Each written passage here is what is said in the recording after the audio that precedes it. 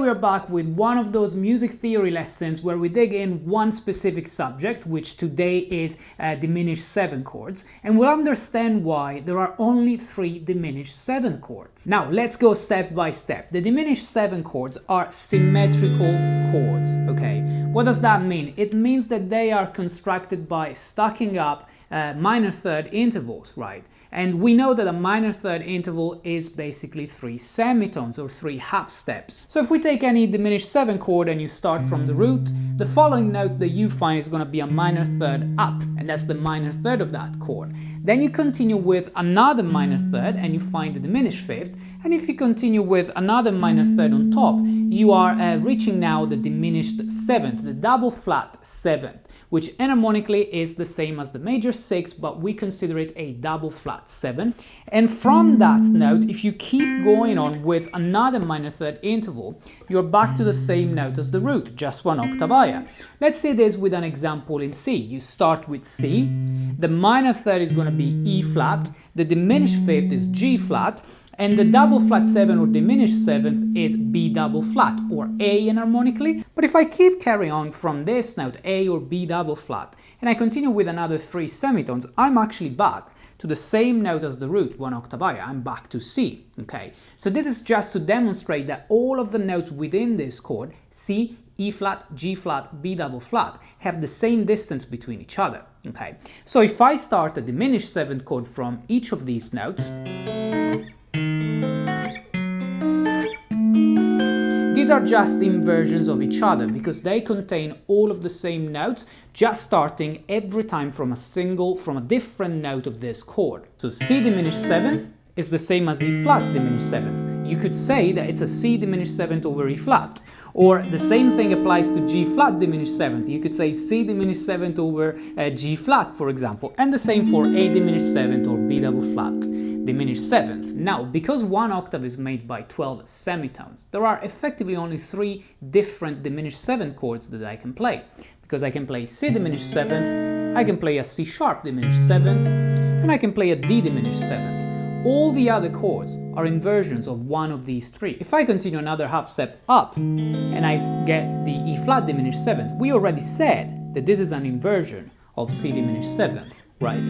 And so on. If I continue with E diminished 7th, that's an inversion of C sharp diminished 7th. And F diminished 7th is an inversion of D diminished 7th. And then they start again. If I continue, I've got G flat, which we already said. It is an inversion of E flat diminished 7th and C diminished 7th. Okay, so you can only play a C diminished 7th, a C sharp diminished 7th, or a D diminished 7th. Now, when I name these chords, I always like to think about the first note as the root. So if I play E flat diminished 7th, I will more likely call it E flat diminished 7th. However, you can also call it C diminished 7th over E flat.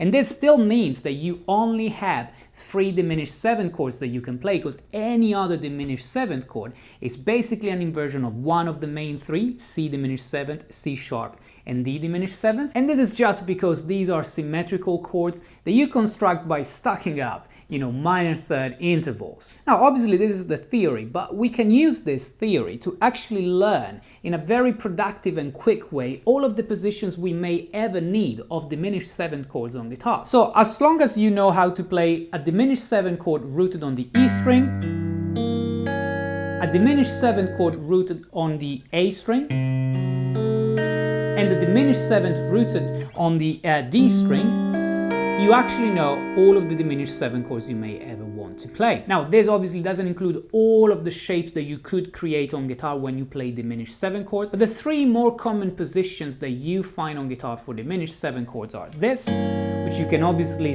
slide by 3 half steps and move, knowing that this is always the same chord, okay? Then there is this with the root on the A, which again you can move by 3 half steps and you're still playing the same chord.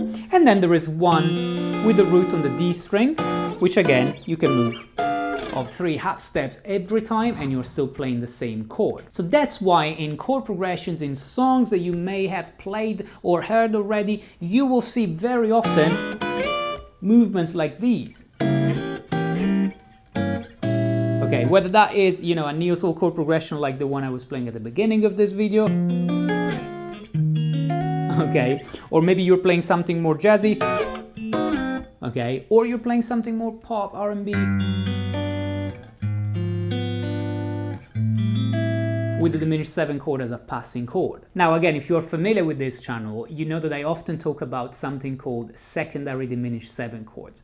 This is a concept that I like to explain anytime I use the diminished 7 chords with a dominant function. So basically as a replacement of a secondary dominant, or in general a dominant 7 chord, which may involve the flat 9. So anytime you want to play a dominant 7 chord with a flat 9, which is a very tensive chord like this one, effectively if you take off the root, you get a diminished 7 chord based on the major third, constructed on the major third of that dominant 7 chord. In our example, we started from C7 flat 9.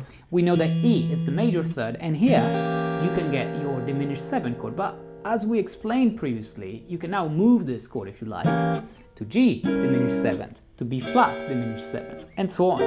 Okay. So for every dominant 7 flat 9 chord, there are 4 possible diminished 7 chords that you play. I mean, it's the same chord in 4 different ways, as an inversion of each other, of course. But this is also true the other way around. So anytime you see a diminished 7 chord, that could be the upper part, basically, of 4 different dominant 7 flat 9 chords. So if I see this chord, that could be the upper part of a C7 flat 9, an E flat 7 flat 9, a G flat 7 flat 9, and an A7 flat 9 or B double flat 7 flat 9. So that means that anytime you want to use a diminished 7 chord as a replacement of a dominant 7 flat 9 chord, you can start from the flat 9, from the major third, the perfect fifth, or the flat 7 of that dominant 7 chord, from any of the other notes, other than the root of course, of that dominant 7 flat 9 chord, and you have 4 possible diminished 7 chords that you can play. But again, we know that those 4 chords are effectively the same chord and they're just inversions of each other. Right guys, so before we wrap it up for today, I just want to remind you that full diagrams with